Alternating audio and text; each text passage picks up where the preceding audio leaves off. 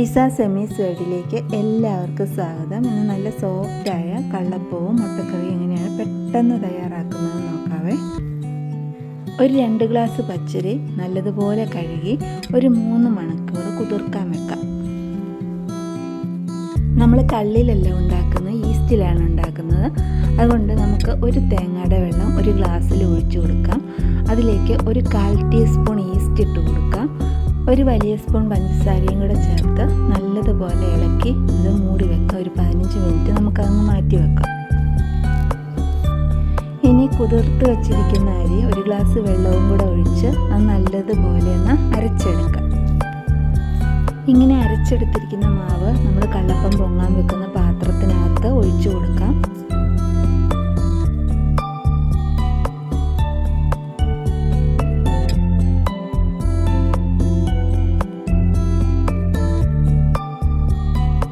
മിക്സിയുടെ അതേ ജാറിൽ തന്നെ 1 കപ്പ് തേങ്ങയും 1 കപ്പ് ചോറും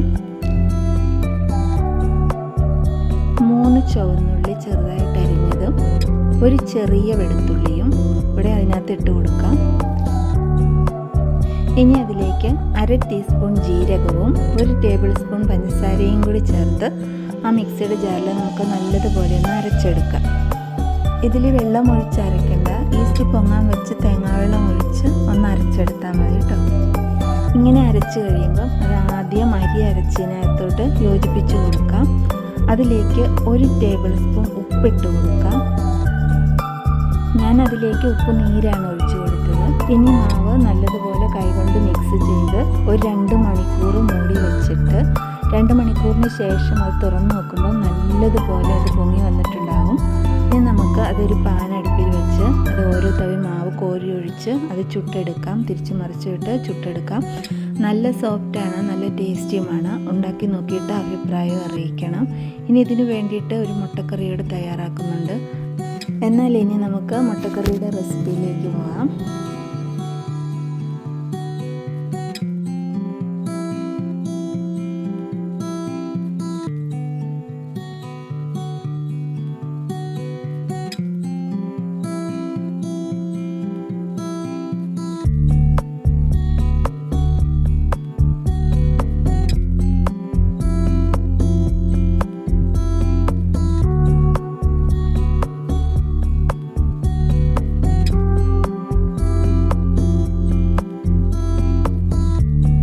ഇനി സ്വാദുള്ള ഒരു മുട്ടക്കറി കൂടി തയ്യാറാക്കാം. ഈ അപ്പത്തിന് വേണ്ടിയിട്ടാണ് ഒരു 5 മുട്ട പുഴുങ്ങിയെടുത്തിട്ടുണ്ട്. അതിലൊരു ടീസ്പൂൺ ഉപ്പിട്ടാണ് പുഴുങ്ങിയത്. അതിൻ്റെ തോടൊക്കെ പെട്ടെന്ന് പൊളിഞ്ഞു പോരും കേട്ടോ.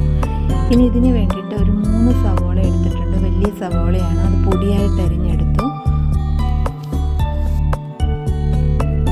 പിന്നെ വേണ്ടത് തേങ്ങാപ്പാലാണ്. 1 കപ്പ് തേങ്ങ എടുത്ത് അത് നല്ലതുപോലെ പാലാക്കി തേങ്ങാപ്പാൽ പിഴിഞ്ഞ് വെച്ചിട്ടുണ്ട്. ഒരു ചീനിച്ചട്ടിയോ അല്ലെങ്കിൽ ഒരു പാനോ അടുപ്പിൽ വെക്കാം. അതിലേക്ക് ഒരു 2 ടേബിൾ സ്പൂൺ എണ്ണ ഒഴിച്ചു കൊടുക്കാം. എണ്ണ ചൂടായി വന്നു കഴിയുമ്പോൾ 1 ടീസ്പൂൺ കടുക് ഇട്ടൊന്ന് പൊട്ടിക്കാം. അതിലേക്ക് അരിഞ്ഞു വെച്ചിരിക്കുന്ന സവോള ഇട്ട് കൊടുക്കാം. സവോള പെട്ടെന്ന് വഴന്നു വരാനായിട്ട് ഒരു 1/4 ടീസ്പൂൺ ഉപ്പ് കൂടെ ചേർത്ത് കൊടുക്കാം. അതിലേക്ക് 2 പച്ചമുളക് ഇട്ട് കൊടുക്കാം. കുറച്ച് കറിവേപ്പില ഇട്ട് കൊടുക്കാം. ഇത് നല്ലതുപോലെ ഇളക്കി നല്ല ബ്രൗൺ കളറാകുന്നത് വരെ നല്ലതുപോലെ ഒന്ന് വഴറ്റിയെടുക്കാം.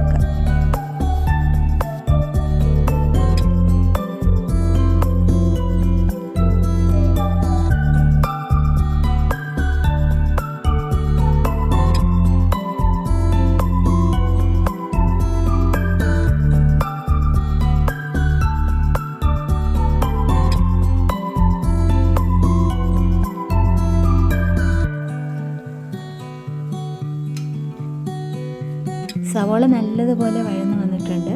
ഇനി അതിലേക്ക് പൊടികൾ ചേർത്ത് കൊടുക്കാം. 1 ടീസ്പൂൺ മുളക് പൊടി ഇട്ട് കൊടുക്കാം. 1/4 ടീസ്പൂൺ മഞ്ഞൾപ്പൊടി ഇട്ട് കൊടുക്കാം. 1 ടേബിൾ സ്പൂൺ ചിക്കൻ മസാല ഇട്ട് കൊടുക്കാം. ചിക്കൻ മസാലയുടെ സ്ഥാനത്ത് മീറ്റ് മസാല ആയാലും മതി.